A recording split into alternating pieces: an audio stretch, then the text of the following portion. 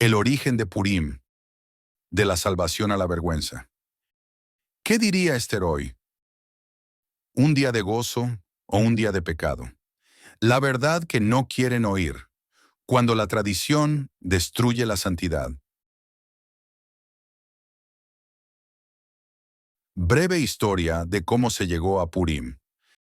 Amán, que tiene que ver con los amalecitas, si deberían estar exterminados, según palabra de Eloa. Esther 3:1. Después de estas cosas, el rey Asuero engrandeció a Amán, hijo de Hamedata, Agageo, y lo honró y puso su silla sobre todos los príncipes que estaban con él. Amán era descendiente del rey Agag, quien fue el rey de los amalecitas en la época de Saúl. Esto lo vincula directamente con la nación de Amalec, el enemigo jurado de Israel. Génesis 36:12. Los amalecitas eran un pueblo descendiente de Esaú, Edom. A través de su nieto Amalec, fueron los primeros en atacar a Israel, atacando por la retaguardia a los más débiles. Deuteronomio 25, 17 al 19. Acuérdate de lo que te hizo Amalec en el camino, cuando salías de Egipto, cómo te salió al encuentro en el camino, y desbarató la retaguardia de todos los débiles que iban detrás de ti, cuando tú estabas cansado y trabajado, y no tuvo temor de Elohim. Éxodo 17, 14 al 16. Por esta razón, Eloa ordenó a Israel borrar por completo a Amalec. Eloa dijo a Moshe: escribe esto en un libro, como memoria, y dile a Josué que borraré del todo la memoria de Amalec de debajo del cielo. 1 Samuel 15:3. El mandato de exterminar a Amalec fue dado formalmente a Saúl. Ve pues, y hiere a Amalec, y destruye todo lo que tiene, y no te apiades de él. Mata a hombres, mujeres, niños, aun los bueyes, ovejas, camellos y asnos. 1 Samuel 15:8 y 9. Y tomó vivo a Agag, rey de Amalec, pero a todo el pueblo mató a filo de espada. Y Saúl y el pueblo perdonaron a Agag, y a lo mejor de las ovejas y del ganado. 1 Samuel 15:33. Samuel tuvo que ejecutar a Agag personalmente, pero parece que para ese momento Agag ya había tenido descendencia. La línea de los amalecitas sobrevivió, lo que eventualmente llevó a la existencia de Amán en la época persa. Resultado de esta desobediencia. Los amalecitas tenían un odio ancestral contra Israel, y Amán, como su descendiente, actuó exactamente como sus antepasados. Así como Amalec atacó a Israel en el Éxodo, Amán planeó destruir a los judíos en el exilio.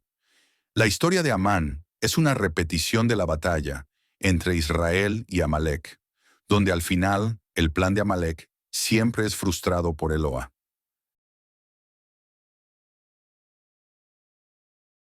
¿Cuál es la lección de todo esto? La desobediencia de Saúl tuvo consecuencias a largo plazo. Su decisión de perdonar a Agag permitió la supervivencia de una línea amalecita que siglos después intentaría destruir a todo el pueblo de Israel. Eloa cumple sus decretos. Aunque Amalec sobrevivió temporalmente, su destino final fue el mismo: destrucción total.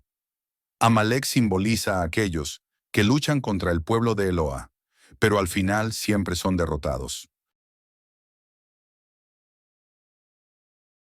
Propósito espiritual de Purim. Un tiempo de preparación y transición. En la historia de Purim, Esther y Mardoqueo se preparan para la redención del pueblo judío del edicto de Amán. Los judíos y por consecuencia Israel pasa de estar condenado a la destrucción a ser liberado por la intervención divina. A través de Esther, la purificación y la salvación. Esther se purifica y ayuna 3 días antes de presentarse ante el rey, entendiendo que la salvación del pueblo dependía de su entrega total. El pueblo también ayuna como una forma de arrepentimiento y búsqueda de intervención divina.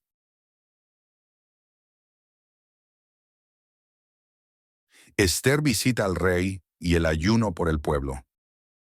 Esther 4:16. Ve y reúne a todos los judíos que se hallan en Susa, y ayunad por mí, y no comáis ni bebáis en 3 días, noche y día. Yo también con mis doncellas ayunaré igualmente, y entonces entraré a ver al rey, aunque no sea conforme a la ley. Y si perezco, que perezca. Esther 5:1. Aconteció que al tercer día se vistió Esther su vestido real, y entró en el patio interior de la casa del rey, enfrente del aposento del rey, y estaba el rey sentado en su trono, en el aposento real, enfrente de la puerta del aposento. El reconocimiento del rey a Mardoqueo. Una noche el rey no podía dormir. Ordenó que le trajeran el libro de las memorias reales, donde se registraban los actos importantes del reino. Al leerlo, encontró que Mardoqueo había salvado su vida al denunciar un complot para asesinarlo. Al preguntar qué recompensa se le había dado por este acto, le respondieron: nada se ha hecho por él. Entonces Amán llegó a la corte con la intención de pedir la ejecución de Mardoqueo. Pero antes de que pudiera hablar, el rey le preguntó: ¿qué se hará al hombre cuya honra desea el rey? Esther 6:6.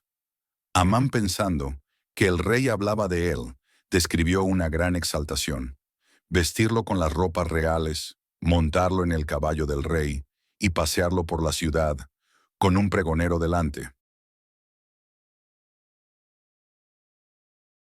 Y el rey le dijo: apresúrate, toma la ropa y el caballo como has dicho, y hazlo así con el judío Mardoqueo.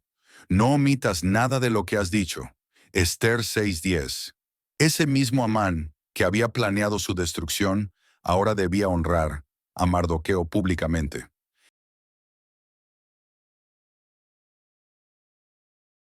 La invitación de Esther al rey y a Amán. Después de 3 días de ayuno, Esther se presentó ante el rey. Halló gracia a sus ojos, y él le ofreció hasta la mitad del reino. Pero ella, sabia y estratégicamente, no reveló su petición de inmediato. En su lugar lo invitó a un banquete, junto con Amán. En el primer banquete, el rey le preguntó qué deseaba, pero ella le pidió que asistiera a otro banquete al día siguiente. Así, Esther preparó 2 cenas, una para ganar el favor del rey y otra para exponer la verdad.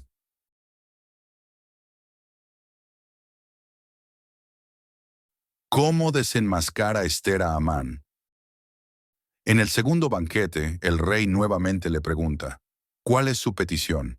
Entonces Esther, con firmeza y dolor, revela: si he hallado gracia en tus ojos, oh rey, sálvame a mí y a mi pueblo, porque hemos sido vendidos para ser destruidos, asesinados y exterminados. Esther 7:3 y 4. El rey, sorprendido, preguntó: ¿quién es ese y dónde está el que ha intentado hacer tal cosa? Y Esther respondió: el enemigo y adversario es este malvado Amán.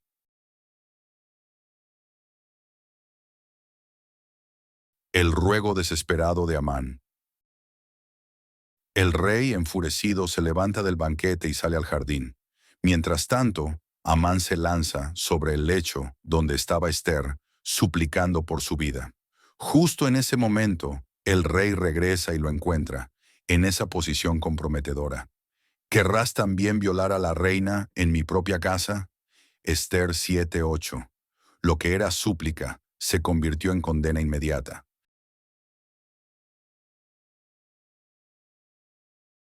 La horca preparada para Mardoqueo termina en juicio contra Amán. Entonces, uno de los eunucos informó al rey: he aquí la horca de 50 codos de altura que Amán preparó para Mardoqueo, está en su casa. Esther 7:9.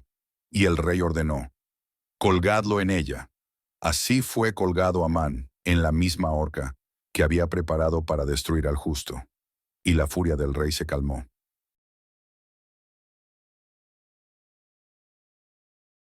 Conclusión. La historia de Amán es la prueba de que quien cava fosa para el justo, en ella caerá. Eloá exalta al humilde y derriba al soberbio, porque él vela por los suyos, aunque el decreto de muerte ya esté firmado. Purim no se trata de disfraces, se trata de memorizar cómo Eloá juzga con justicia y cambia el destino de su pueblo fiel. El recordatorio que Esther escribió sobre este evento. Esther 9:27. Los judíos establecieron y tomaron sobre su descendencia y sobre todos los allegados a ellos, que no dejarían de celebrar estos 2 días, según está escrito tocante a ellos, conforme a su tiempo cada año. Esther 9:28. Y que estos días serían recordados y celebrados por todas las generaciones, familias, provincias y ciudades. Que estos días de Purim no dejarían de ser guardados por los judíos, y que su descendencia jamás dejaría de recordarlos. Esther 9:31. Para confirmar estos días de Purim en sus tiempos señalados, según les había ordenado Mardoqueo el judío, y la reina Esther, y según ellos habían tomado sobre sí y sobre su descendencia, para conmemorar el fin de los ayunos y de su clamor. Esther 10:3. Porque Mardoqueo el judío fue el segundo después del rey Asuero, y grande entre los judíos, y estimado por la multitud de sus hermanos, porque procuró el bienestar de su pueblo, y habló paz para todo su linaje. El desvío de la celebración original. ¿Cómo se debía celebrar Purim según el libro de Esther? Esther 9:22. Dice que Mardoqueo estableció un día de alegría, banquete, intercambio de porciones y ayuda a los pobres. No se menciona ebriedad, disfraces excesivos ni prácticas carnavalescas. La esencia de Purim era el reconocimiento de la soberanía de Eloá sobre la historia y la gratitud por su liberación.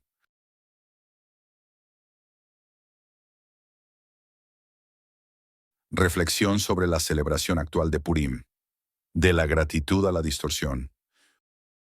Purim, que originalmente fue establecido como un día de gozo, gratitud y recordación de la salvación de Eloá, ha sufrido una distorsión en su celebración moderna, especialmente en el judaísmo rabínico y en Israel. Hoy en día lo que debía ser una conmemoración de la intervención divina y la liberación del pueblo judío ha sido transformado en un carnaval de excesos, permisividad y desenfreno. ¿Cómo se celebra hoy en el judaísmo rabínico?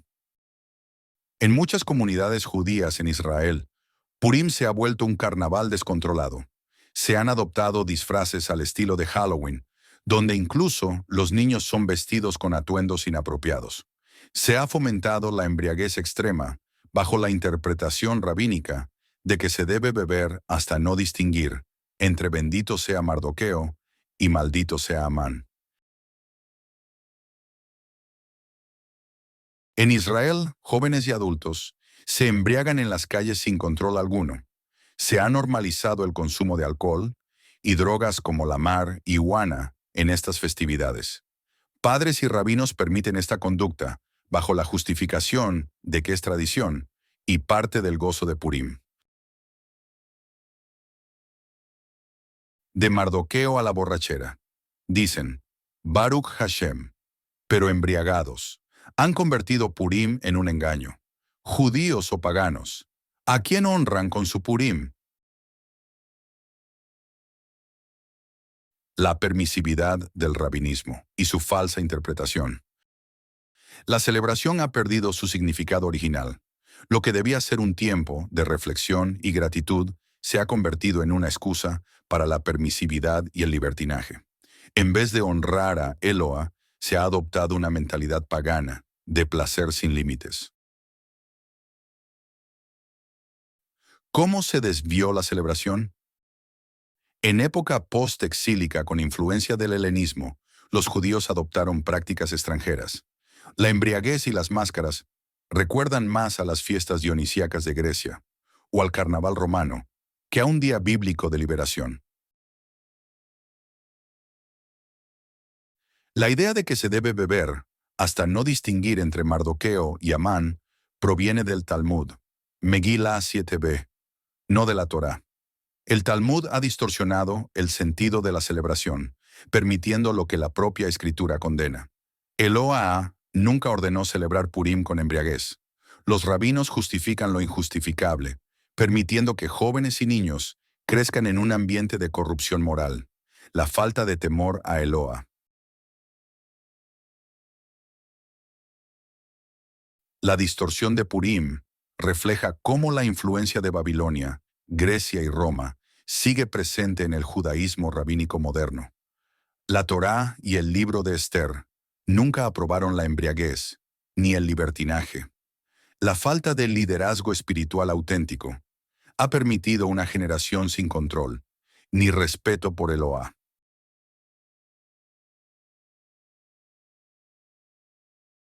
Proverbios 21. El vino es escarnecedor, la bebida fuerte alborotadora, y cualquiera que por ellos yerra no es sabio. La Torá no prohíbe el vino, pero sí condena la embriaguez y comportamiento descontrolado. Isaías 5:11. Hay de los que se levantan de mañana para correr tras el licor y se quedan hasta la noche, hasta que el vino los enciende. La permisividad de los rabinos ha llevado a que muchos judíos, en especial los jóvenes, se alejen de los valores de la Torá.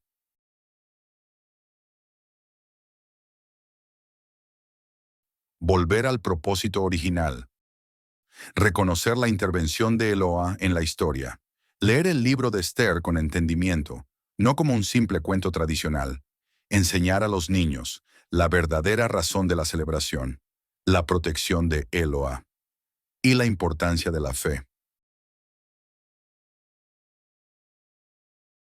Conclusión final. Purim ha sido distorsionado por el rabinismo y la cultura moderna. La embriaguez, los disfraces excesivos y el libertinaje no tienen base en la escritura. Los rabinos han permitido prácticas que contradicen la Torá. La verdadera celebración de Purim debe centrarse en la gratitud a Eloa, la enseñanza de su poder y la ayuda a los necesitados. Es necesario restaurar la pureza de Purim, alejándolo de influencias paganas y humanas.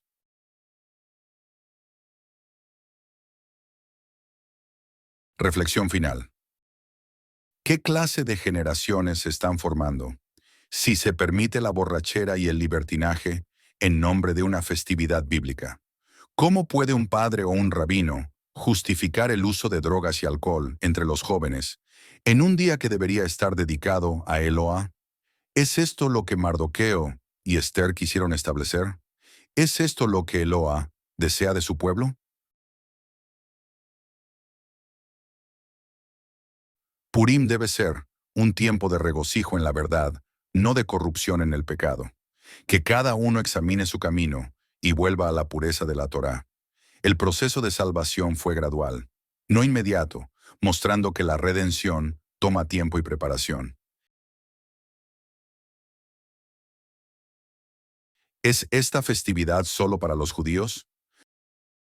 No estamos invalidando Purim, pero tampoco podemos aceptar cómo lo celebran los judíos talmúdicos. Ellos pertenecen a la casa de Judá. Jeremías 31:31. Pero la casa de Israel también, esparcida entre las naciones, y muchos sin saber quiénes son realmente. Algunos aún se consideran gentiles, sin comprender su verdadera identidad. Entonces, ¿debemos hacer lo mismo que los judíos talmúdicos? En los evangelios no hay ninguna mención de Purim. Ni Yeshua, ni los apóstoles, ni Pablo hablaron de esta festividad. Si los judíos celebraran Purim, reconociendo la presencia divina, aunque oculta, comprendiendo que Eloa lo ve todo y dirige todo conforme a su plan, entonces esta celebración tendría un verdadero sentido. Pero hoy en día, Han convertido estos días en una diversión sin propósito, en lugar de ser días de oración y gratitud. Nosotros debemos celebrar la salvación que Eloa otorgó a su pueblo y recordar lo que ocurrió con Amalek, que intentó burlarse del Elohim de Israel en el desierto. Purim no debe ser una festividad de desenfreno, sino un reconocimiento del poder y la gloria de Eloa, porque nada escapa a su juicio, ni siquiera su propio pueblo. Purim no debe ser una excusa para la anarquía y la corrupción, sino un recordatorio del poder de Eloa y de cómo su justicia se cumple sobre las naciones y sobre su propio pueblo.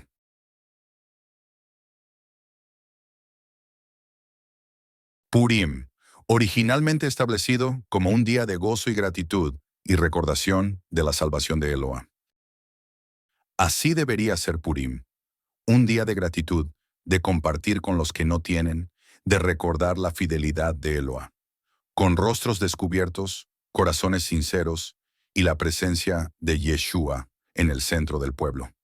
Que Purim sea un memorial del poder de Eloa para liberar a su pueblo y un tiempo para restaurar lo que se ha perdido. Desde aquí, entre hermanos creyentes en Mashiach, te decimos que tu Purim sea limpio, lleno de luz, de amor por el Israel, de las 12 tribus, y de fidelidad a la Torá. Shalom, y que Eloa te bendiga. Leitraot. Hasta el próximo encuentro. Shalom, Umeboraj. Paz y bendición.